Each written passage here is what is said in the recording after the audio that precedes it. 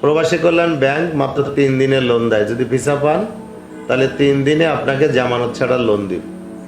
যদি না দেয় তাহলে সচিব মহোদয় নিজে চেয়ারম্যান ব্যাংকে, আপনারা বলতে পারবেন, আমি ডাইরেক্টর, আমাকে বলতে পারবেন। আমি আজকে একেবারে স্পষ্ট বলতে চাই যে বিদেশ যাওয়ার জন্য আগে জমি বিক্রি করার দরকার নেই। আগে ভিসা জোগাড়, পরে হচ্ছে আপনি টাকা জোগাড়। আগে চাকরি জোগাড়, টাকা নিয়ে আমার ব্যাংক বসে আছে। আপনি আগে চাকরি পান, ভিসা জমা দিলে আপনি টাকা পেয়ে যাবেন। 9% সুদে আপনি টাকা পাবেন।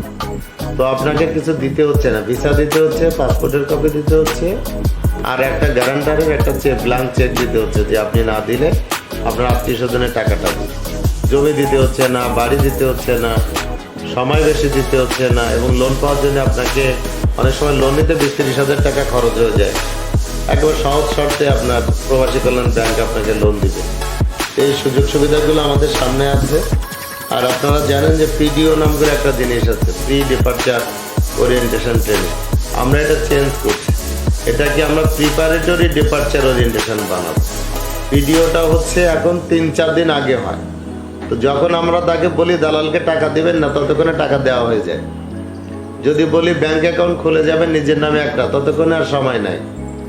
যদি বলি আপনার বাড়ির কাগজপত্র দলিলপত্র গোছায় রেখে যাবেন যাতে আপনি আপনার পরিবারের অসুবিধা নাই, ততক্ষণ আমার সময় নেই। এই জন্য আমরা পিডিওটা যথেষ্ট প্রস্তুতি যেন নিতে পারেন, এই জন্য আমরা 3 মাস মানে আগাম সময় দিব। অর্থাৎ আপনি বিদেশ যাওয়ার জন্য মন স্থির করেছেন, এখনো ভিসা পান নাই, তবু আপনি এই ট্রেনিংটা করতে পারবেন। আপনি আগায় থাকবেন, আপনার পাসপোর্ট আছে, বিদেশ যাওয়ার ইচ্ছে করেছেন, আপনি ট্রেনিং করতে পারবেন আমাদের টিটিসি। এবং আগে ছিল 10টা কান্ট্রিতে পিডিও, এখন যে কোনো কান্ট্রিতে যেতে গেলে আপনার 3 দিনের ট্রেনিং লাগে। এখন আপনি মনে করেন ট্রেনিং আপনি সেন্টারে গেলেন, দেখলেন সিট নাই, আপনি কি করবেন? এটা আমরা অনলাইনে করে দিব। আপনি বাংলাদেশের যে কোনো নাগরিক যে কোনো জেলায় আপনি অনলাইনে ভর্তি হতে পারবেন। আমাদের যে ডাটাবেজ আপনারা পেপারে লেখেন, টিভিতে দেখান, ডাটাবেজের একটা উইকনেস আছে। বহু বছর আগে মালয়েশিয়া যাওয়ার জন্য চাকরি প্রার্থীর একটা ডাটা নেওয়া হয়েছিল। এই লোকগুলো বেশিরভাগ চলে গেছে বা অন্য জায়গায় নিয়োগ লাভ করেছে। এদের বয়সও আর আগের মতো নেই।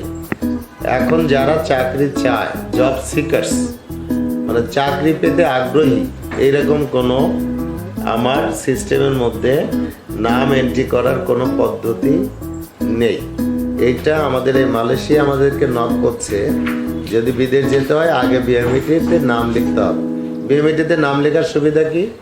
আপনার অন্তত একটা পাসপোর্ট আছে, আপনার ইচ্ছে আছে বলেই আপনি নাম লিখেছেন, তার মানে ইচ্ছে আছে।